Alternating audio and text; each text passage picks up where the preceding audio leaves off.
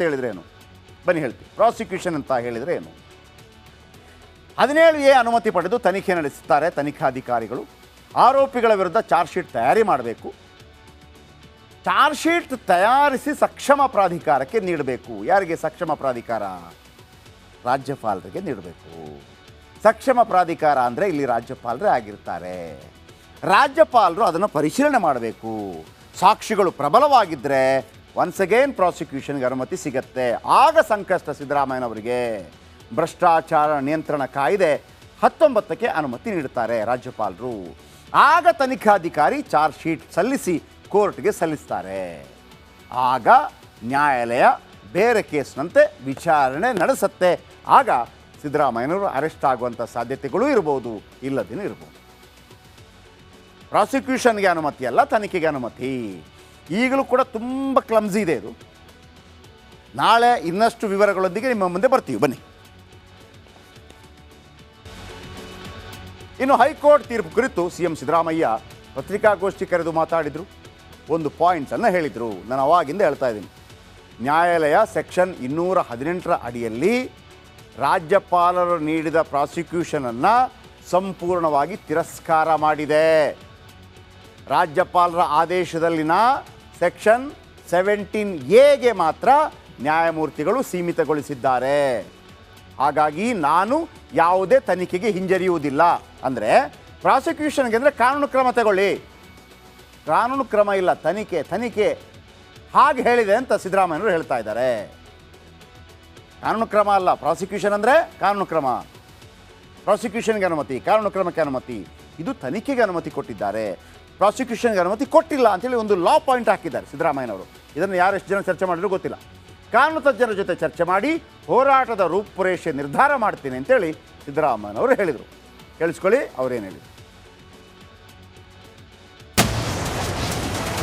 ನಾನು ಸಿಎಂ ಸ್ಥಾನಕ್ಕೆ ರಾಜೀನಾಮೆ ಕೊಡೋದಿಲ್ಲ. ಇಟ್ ಈಸ್ ಓನ್ಲಿ ಎಂಕ್ವೈರಿ ಮಾಡಿ ಅಂತ ಹೇಳಿರೋದು ಅಲ್ವಾ? ಎಂಕ್ವೈರಿ ಸ್ಟೇಜ್ನಲ್ಲೇ ರಾಜೀನಾಮೆ ಕೊಡಿ ಅಂತ ನೀನು ಕೇಳೋದು ಅಲ್ಲ. ನೀನ್ ಕೇಳ್ತಾ ಇದೀಯನೆಯ, ಮತ್ತೆ ನೀನ್ ಬಿಡು. ಅವ್ರಿಗೆ ಉತ್ತರ ಕೊಡ್ತೀನಿ ನಾನು, ಬಿಡು.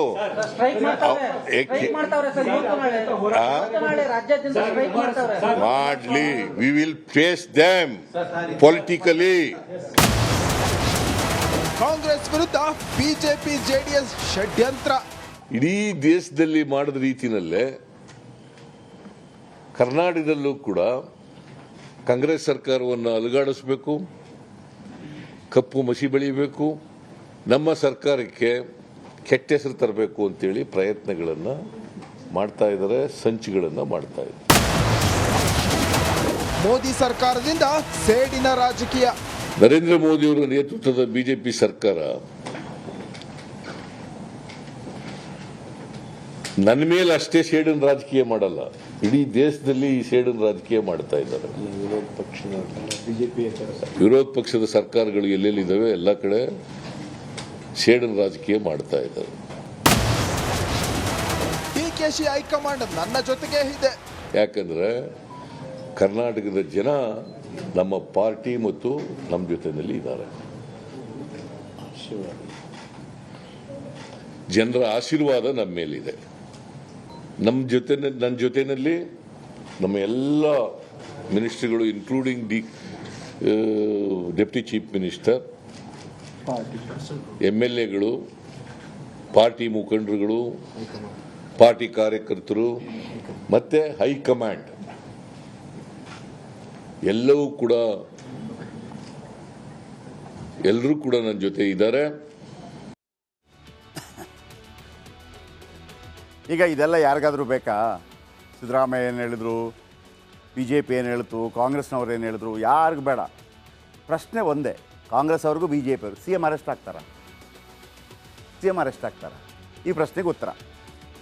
ಭಾರತೀಯ ನ್ಯಾಯ ಸಂಹಿತೆ 218ಕ್ಕೆ ರಾಜ್ಯಪಾಲರು ಅನುಮತಿ ಕೊಟ್ಟಿದ್ದು. ಭಾರತೀಯ ನ್ಯಾಯ ಸಂಹಿತೆ 218ಕ್ಕೆ ಅಂದರೆ ಪ್ರಾಸಿಕ್ಯೂಷನ್ಗೆ ಅನುಮತಿ ಕೊಟ್ಟಿದ್ದರು ಯಾರು? ರಾಜ್ಯಪಾಲರು. ಆದರೆ ಈಗ ಉಚ್ಚ ನ್ಯಾಯಾಲಯ ಸಿದ್ದರಾಮಯ್ಯ ಹೇಳೋದು ಭಾರತೀಯ ನ್ಯಾಯ ಸಂಹಿತೆ 218ಕ್ಕೆ ಅದನ್ನು ಕೈಬಿಟ್ಟಿದ್ದಾರೆ. ಹಾಗಾಗಿ ನನ್ನ ಮೇಲೆ ಪ್ರಾಸಿಕ್ಯೂಷನ್ಗೆ ಅನುಮತಿ ಇಲ್ಲ. Then what boss?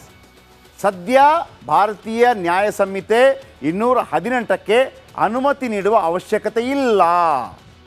ಅಂದರೆ ಪ್ರಾಸಿಕ್ಯೂಷನ್ಗೆ ಅನುಮತಿ ಇಲ್ಲ, ಅಗತ್ಯ ಇಲ್ಲ, ಇನ್ನೂ ಪ್ರಕರಣ ದಾಖಲಾಗಬೇಕು, ತನಿಖೆ ಆಗಬೇಕು ಅಂತ ಹೇಳಿದೆ ಅಂತೇಳಿ ಸಿದ್ದರಾಮಯ್ಯನವರು ಹೇಳ್ತಾ ಇದ್ದಾರೆ. ಆಗ ಮಾತ್ರ 218ರ ವಿಚಾರ ಉದ್ಭವ ಆಗತ್ತೆ. ಏನು ಅರ್ಥ ಆಗಿಲ್ಲಲ್ಲ, ಹೇಳ್ತೀನಿ. ಇವರು ಹೇಳೋದು ಸಿದ್ದರಾಮಯ್ಯ ಪ್ರಾಸಿಕ್ಯೂಷನ್ಗೆ ಅನುಮತಿ ಅಲ್ಲ, ನನ್ನ ವಿರುದ್ಧ ಕಾನೂನು ಕ್ರಮಕ್ಕೆ ಅನುಮತಿ ಅಲ್ಲ, ಇದು ತನಿಖೆ ಮಾಡೋದಕ್ಕೆ ಅನುಮತಿ. ತನಿಖೆ ಮಾಡೋದಕ್ಕೆ ಅನುಮತಿ ಕೊಟ್ಟಿದ್ದಾರೆ. ಪ್ರಾಸಿಕ್ಯೂಷನ್ಗೆ ಅನುಮತಿ ರಾಜ್ಯಪಾಲರು ಕೊಟ್ಟಿದ್ರು, ಆದರೆ ಪ್ರಾಸಿಕ್ಯೂಷನ್ಗೆ ಅನುಮತಿ ತೆಗೆದು ಇದೀಗ ನನ್ನ ವಿರುದ್ಧ ತನಿಖೆಗೆ ಅವಕಾಶ ಕೊಟ್ಟಿದ್ದಾರೆ. ಆದ್ದರಿಂದ 17A ಅಡಿಯಲ್ಲಿ ತನಿಖೆ ನಡೆಯುತ್ತದೆ. ತನಿಖೆಯ ಭಾಗವಾಗಿ ಆರೋಪಿಯನ್ನು ಬಂಧಿಸ್ಬೋದು, ಬಂಧಿಸಬಾರ್ದು ಅಂತೇನಿಲ್ಲ. ನೋಟಿಸ್ ನೀಡಿ ಕೇವಲ ಕರೆಸಿ ವಿಚಾರಣೆ ಮಾಡಬಹುದು. ಆದರೆ ಇವರು ನ್ಯಾಯಾಲಯಕ್ಕೆ ಚಾರ್ಜ್ ಶೀಟ್ ಸಲ್ಲಿಸಬೇಕಲ್ಲ. ಈಗ ನಾವು ನಾಗೇಂದ್ರ ವಿಚಾರದಲ್ಲಿ SIT ಆರೋಪ ಪಟ್ಟಿ ಸಲ್ಲಿಸ್ತು, ಚಾರ್ಜ್ ಶೀಟ್ ಸಲ್ಲಿಸ್ತು, ಅದು ಅವರೇ ಯಾರು ಮಾಡಿದ್ದಾರೆ. SIT ಇದ್ದರೆ SIT, ಬೇರೆ ಯಾರಪ್ಪಂದವರು ಅಂದರೆ ಅವ್ರ ತಲೆ ಮೇಲೆ ಇದ್ದವ್ರದ್ದೆಲ್ಲ ಆದೇಶ ಕೇಳಲಿಲ್ಲ. ಆದರೆ ಈ ವಿಚಾರದಲ್ಲಿ ಚಾರ್ಜ್ ಶೀಟ್ ಸಲ್ಲಿಸಬೇಕು ಅಂತಂದರೆ ಮತ್ತೊಮ್ಮೆ ಅನುಮತಿ ಕೇಳಬೇಕು ರಾಜ್ಯಪಾಲರದ್ದು. ರಾಜ್ಯಪಾಲರು ಅದನ್ನು ಓದಬೇಕಾಗತ್ತೆ. ಚಾರ್ಜ್ ಶೀಟ್ ಸಲ್ಲಿಸುವಂತಿಲ್ಲ ಅನುಮತಿ ಇಲ್ಲದೆ. ಪ್ರಾಸಿಕ್ಯೂಷನ್ ತನಿಖೆಗೆ ಮಾತ್ರ ಅವಕಾಶ ಅಂತ, ಪ್ರಾಸಿಕ್ಯೂಷನ್ಗೆ. ಹಾಗಿದ್ರೆ ಪ್ರಾಸಿಕ್ಯೂಷನ್ ಈಗ ಇದೆಲ್ಲ ಯಾರಿಗಾದರೂ ಬೇಕಾ? ಸಿದ್ದರಾಮಯ್ಯ ಏನು ಹೇಳಿದ್ರು, BJP ಏನು ಹೇಳಿತು, ಕಾಂಗ್ರೆಸ್ನವ್ರು ಏನು ಹೇಳಿದ್ರು, ಯಾರಿಗೂ ಬೇಡ. ಪ್ರಶ್ನೆ ಒಂದೇ, ಕಾಂಗ್ರೆಸ್ ಅವ್ರಿಗೂ BJP ಅವ್ರಿಗೂ CM ಅರೆಸ್ಟ್ ಆಗ್ತಾರ? CM ಅರೆಸ್ಟ್ ಆಗ್ತಾರ? ಈ ಪ್ರಶ್ನೆಗೆ ಉತ್ತರ. ಭಾರತೀಯ ನ್ಯಾಯ ಸಂಹಿತೆ 218ಕ್ಕೆ ರಾಜ್ಯಪಾಲರು ಅನುಮತಿ ಕೊಟ್ಟಿದ್ದು. ಭಾರತೀಯ ನ್ಯಾಯ ಸಂಹಿತೆ 218ಕ್ಕೆ ಅಂದರೆ ಪ್ರಾಸಿಕ್ಯೂಷನ್ಗೆ ಅನುಮತಿ ಕೊಟ್ಟಿದ್ದರು ಯಾರು? ರಾಜ್ಯಪಾಲರು.